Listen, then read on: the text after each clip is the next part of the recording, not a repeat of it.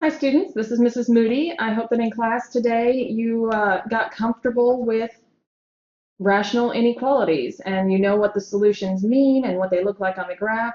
But I wanted to work through one more example for you here on video so that you have the process of actually doing the solving down pat before you go ahead and do the homework, or if you're looking this up in the middle of doing the homework for a little bit of extra help.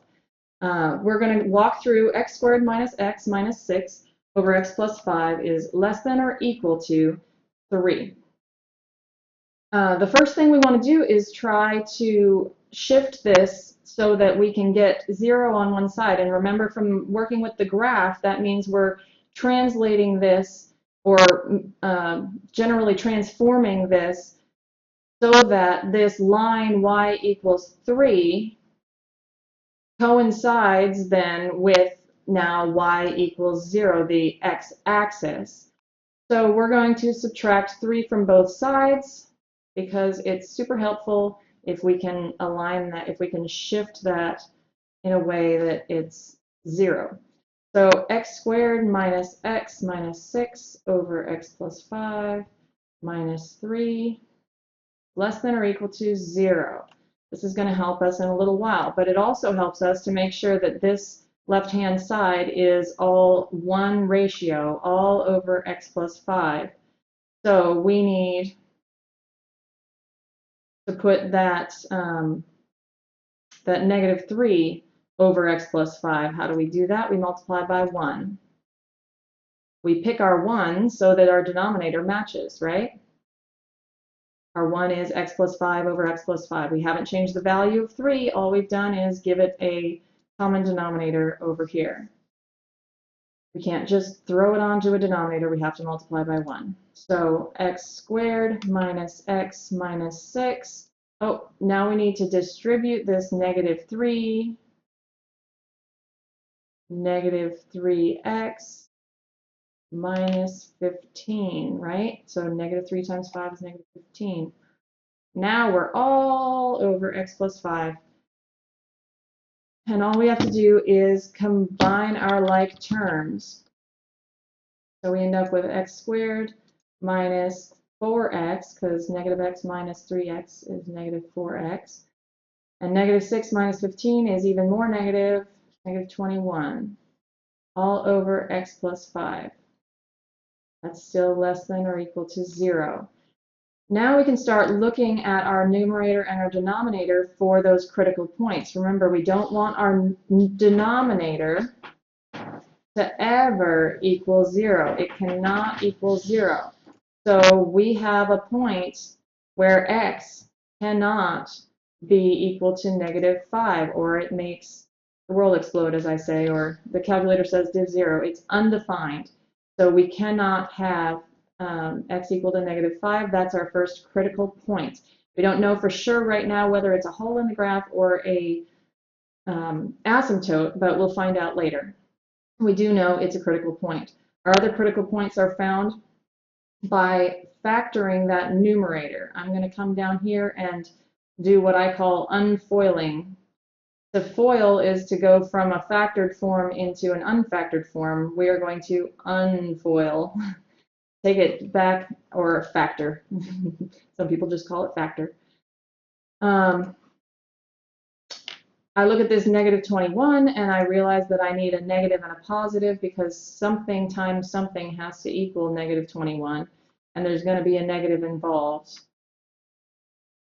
21 factors into 3 and 7. It's pretty easy. I only have those two whole number factors, so I hope beyond hope that that will work to make negative 4 when I add them. If I want a negative, the negative 4 came from right here. If I want a negative, I need my negative to be the larger factor, and then I'm going to add my 3. And now I have negative 7 plus 3. That is, in fact, negative 4, so I have found the factored form, negative 7 plus 3. And I set that equal to 0 to find out when this whole expression will equal 0. And those are my critical points, which we've discovered in class are where we cross over our line of interest, which we've shifted down to the x-axis. So when we go from positive to negative or negative to positive. Now to make that 0, either one of these x minus 7 or x plus 3. Either one of those could equal 0, and then the whole thing equals 0, because 0 times anything is 0. So this one is at x equals a positive 7, and when this is equal to 0, that is when x equals a negative 3. So we have found 2 more critical points. And that is all the critical points I know, because that's every factor in this rational expression. X minus 7, x plus 3, and x plus 5 are all of our factors, 1 over x plus 5. So critical points are these. Now we're going to go and graph them on a line,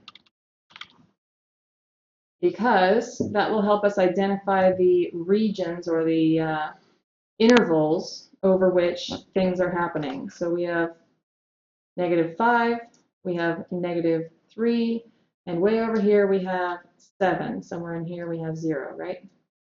And that would be our y-axis, but we don't really care about the y-axis, so we're going to leave it off. Our -5 is a hole in our graph, or an asymptote. We know now, because none of the factors in the numerator are the same as x plus 5, it doesn't disappear and change our graph into a smoother curve. It stays an asymptote. And hopefully that makes sense to you after class when we discussed asymptotes. So that will not be part of our solution set, but -3 and +7, because our shifted expression is x squared minus 4x minus 21 over x plus 5 is less than or equal to 0. We know that -3 and 7 make this equal to 0. So these are going to be part of our solution set. Now we need to find out what happens in those intervals in between. What is going on in these 4 places? I'm going to look at this region first, the -infinity to -5. What happens? Let's pick a number, -6. And we plug that in up here to this, and we get 36 plus, because -4 minus times -6, rather, -4 times -6 is positive 24. And then we subtract 21 all over -6 plus 5, and that's equal to positive 3, 39 over -1, which is less than 0. And remember, we're looking for less than 0. Hooray! -6 does in fact satisfy our inequality, so that is one of our regions. -infinity to -5 will be part of our solution set. Let's check the next region. Because it's an asymptote, we're not sure exactly what's going on in this area here. What is happening between -5 and -3? Let's punch in the number -4 and find out. So -4 squared is 16. -4 times -4 is positive 16 here, minus 21. And all of that is over -4 plus 5. That's equal to 32 minus 21 is 11 over 1. That's positive. That's greater than 0, so it does not satisfy our inequality up here. This is not going to be part of our solution set. Next, we'll look over at -3 to 7. 0 happens to fall in that realm, and I like checking 0 because it makes a lot of pieces of that expression fall away. So we're going to check 0, and we have -21, 0 minus 21, over 5, and that is less than 0. It satisfies our expression. We like it. It is less than 0, so we have found it as part of our solution set. Now, last but not least, we're going to double check what's going on over here. We could at this point notice that if our curve is below here and it's an asymptote, it probably is doing something like that where it's staying down below forever. and it's an asymptote that stays below. And this one is above, but here at 3, we equal, so we cross, and look, we cross over from positive to negative, and so we go from outside our solution set into our solution set. Then something's going on here where we're negative, and at some point here at 7, we cross again. We're probably doing this, right? And so we can say at this point that this is probably not part of our solution set because of the direction our curve is going. But we're going to plug a number in just to be certain. Let's plug in 10 because 10 is bigger than 7. So that's 100 minus 40 minus 21 all over 15. And that is still greater than 0. There's no way we get negative here, and we're not negative down there, so that's greater than 0, which is not less than or equal to 0. There you go, not part of our solution set. Now all we need to do at this point is state our solution. Let's do that quickly, and we're going to say we really like negative infinity. We don't just like it, it satisfies our inequality. Negative infinity to negative 5, and negative 5 is not part of the set, so we use a curly bracket. We union with that means and, we both of these together as a union, like a marriage, right?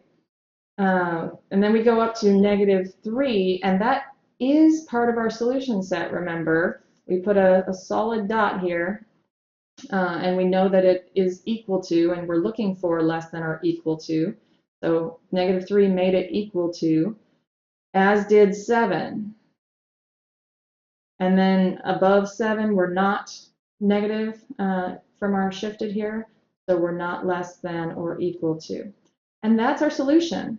Let's take a quick look at our graph. Remember, we're going negative infinity to negative 5. And at negative 5 on our graph, just like we looked at in the in class, we do in fact have, need to do that not with white, an asymptote. And we satisfy it. We wanted less than or equal to 0, or in this case, in our original, this is a graph of our original untranslated, we wanted less than or equal to 3.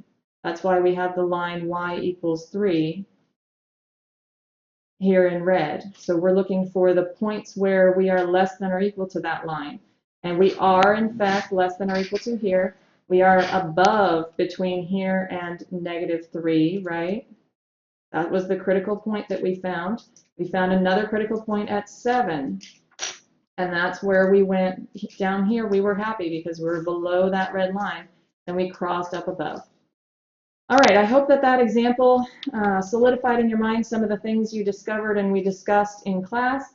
And this is an overview of that process, basically, to help you with the homework. So you can pause the video and take a look at that.